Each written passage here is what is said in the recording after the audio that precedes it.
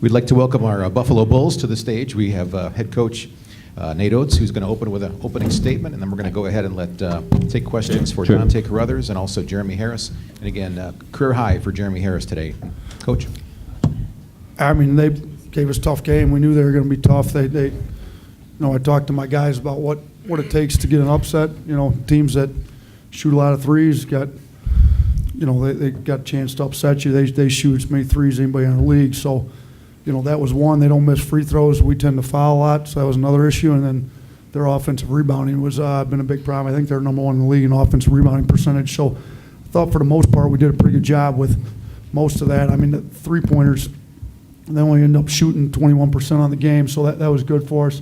We did foul too much, especially in the second half, but we got that squared up in time. And then, the rebounding, we out-rebounded them by 15. So I thought our guys, for the most part, warriored up on the glass and did what they were supposed to. Offense was more of a struggle than we were used to.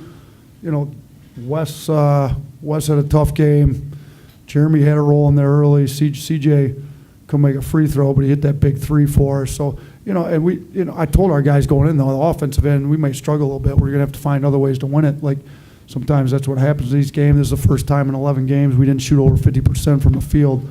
But, we had 19 offensive rebounds. So if you get 19 boards, and you still shoot 45%, you'll probably be all right. So I thought we found other ways to win the game, when shots or free throws weren't falling. CJ's a lot better free throw shooter than that. But the charge by Dante there late, I told him, too, there was a dead ball. I think we were at the free throw line. I told him to take a charge and seal the game up for us, like about 20 seconds before he did.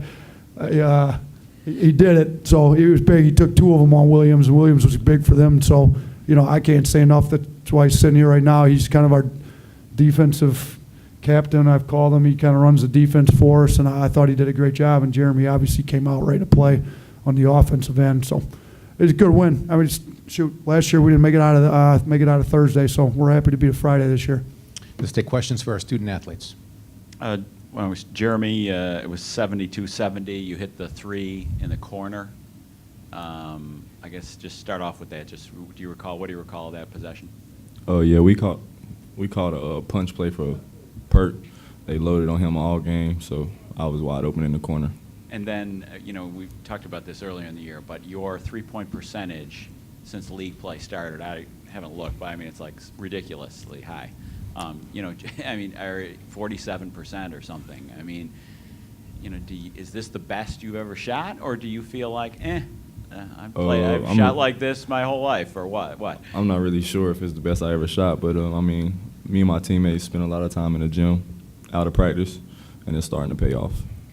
Jeremy, at what point did you know if it was going today and going maybe at a different level than you had before? No point really. I was just trying to win, play defense, get out in transition and run. I knew my teammates would find me if I was open. Dante, does your coach often ask you to draw a charge and go out and do it in the next 10, 20 seconds? I would say yeah, but that's something that I pride myself on, just trying to make myself different from everybody else. Everybody could score, but every team need that one guy to make the tough plays. Do you feel your brand of play is really important sometimes in a run to a championship? There are times when, as your coach said, you need to win other ways. Yeah, just like Javon, he didn't play that much today, but he helped out in so many other ways, hitting threes and old boards and stuff like that. So I think the style I play helped out big. We got a lot of scores and stuff like that. So trying to be different. He had a decent offensive game, too. He had 8 assists and 0 turnovers. So he might not have scored it, but he played great for us on the offensive end, too, I thought, tonight.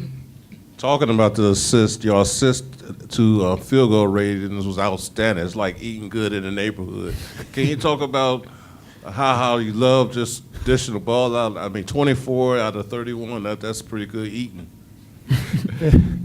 I think the way they play, we share the ball really well anyways, and then they kind of played that zone, so we kind of move the ball pretty well against the zone. We're a team that shares the ball pretty well.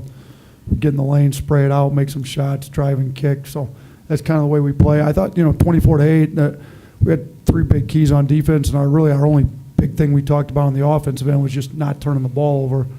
I thought if they had to go against our half-court defense, we'd be pretty good. So thought we did a pretty good job of that. I mean, West struggled a little bit, but other than that, guys really took care of the ball tonight. Dante, could you, as a guard, could you talk about what you think about the way Jeremy runs in transition? So looking for him, like off misses, there are some times where it seems like the ball is in the hoop like in 2 seconds. What do you say about that? I would tell him to come crash the boards, but it's good to have somebody, you know, that's kind of in a hurry to go score. Like, that's everybody. We play really fast. That's kind of our motto. So, and he run really fast when, you know, we get the old board, so kind of help. And then you've talked about this before, but just like, you know, when you signed, you were this guy who scored like 60 points 2 games in a row, and then you're here. Was it 50 or 62 in a row? It was 250s. 250. All right. So, were you this kind of defensive player in high school, and nobody just knew about it because you scored so many points, or have you transformed yourself since you've come to UB? I don't really know, but I think that it always been in me. I just, you know, in high school we needed guys to score, and I was that guy to score, and we had some other people to do that role. You know, you growing up with all boys, and I'm the youngest. It's 5 of us, so you kind of got to get that toughness, and they kind of showed me the ropes a little bit. Jeremy and Dante will let you get back to the locker room and continue, and we'll have Coach Oates remain here for some more questions. Coach, talk about the one sequence. They got it. You got it up to 12, 14, 12, 14, 2 or 3 different times, and they always cut it back. They got it down to the one with Jeremy hit the 3. They cut it to 2 with the ball, and then had a 3-point kind of skip off the rim. Just kind of talk about that sequence there and what you're looking for. Obviously, you got something good out of it. But, I think it happened twice. I think, you know, right at the beginning of the second half, they cut it. We had a 9-point lead at the half, and they cut it to at least either 2 or 4 right there, and then we kind of blew it open again. And then they cut it to 2, and then we, you know, blew it open again. I just thought we had some lapses on defense. We gave up some old boards there, especially in that second run when they cut it to 2. I think we gave up a few. I mean, they ended up with 11 old boards, which is way too many, but we had 19. So, you know, some second chance points. And then on offense, we were a little bit out of rhythm, out of sync a little bit there. And in the back of my mind, we're trying to win the tournament, so I'm trying to limit some minutes to try to. And then it gets to the point where you just got to win this game and not worry about minutes, which is why Jeremy and CJ both ended up with 35. That was not the goal going in, but it is what it is. You know, hopefully these guys go to double overtime and they all play 40-plus minutes, and it doesn't matter. But we, you're trying to rotate some guys in and keep some fresh, and then we had a little foul trouble. I mean, I think the foul count was not very good, not in our favor at all there in the second half. So we had some guys on the bench. You know, Carruthers picked up 4 way too early. He's our best defender. Devontae's a little banged up right now. So to have him on the bench with 4 fouls didn't help the situation out either. But I thought our guys showed some resolve.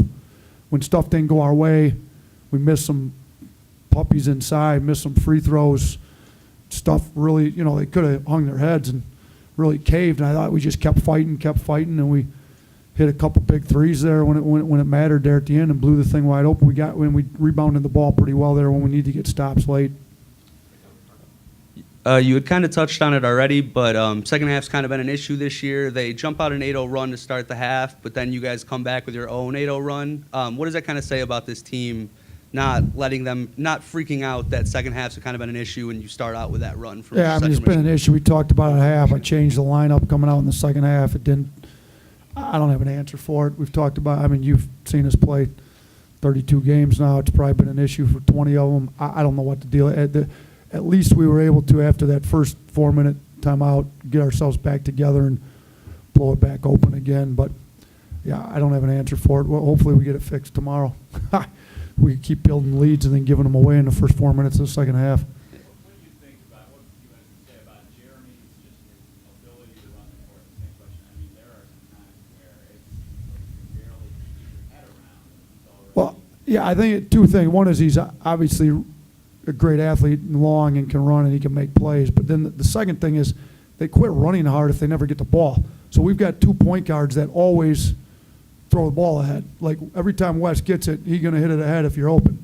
Devontae Jordan, when I watched him play in AAU, that was the best thing I liked about him. Every time somebody was open, as soon as he catch it without even a dribble, like it's gone.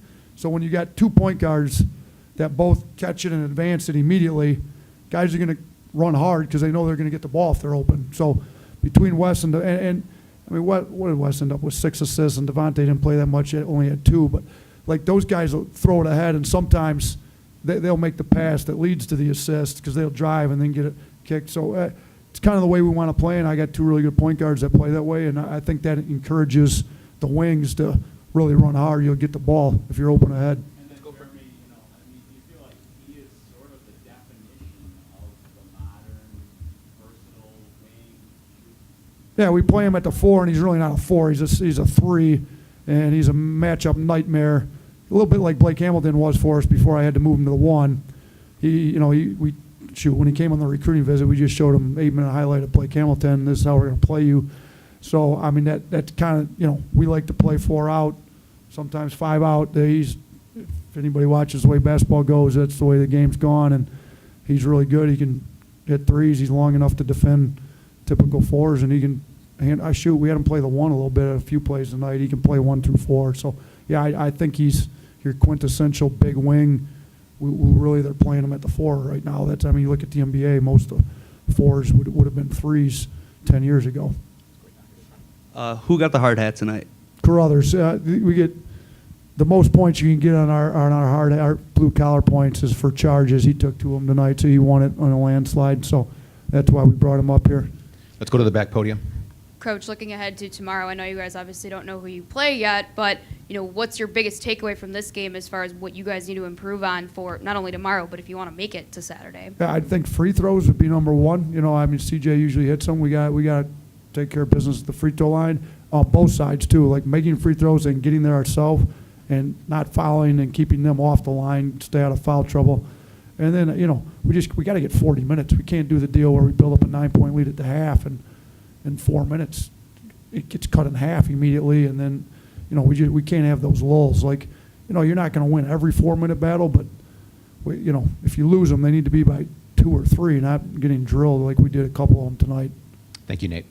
Thanks, appreciate it.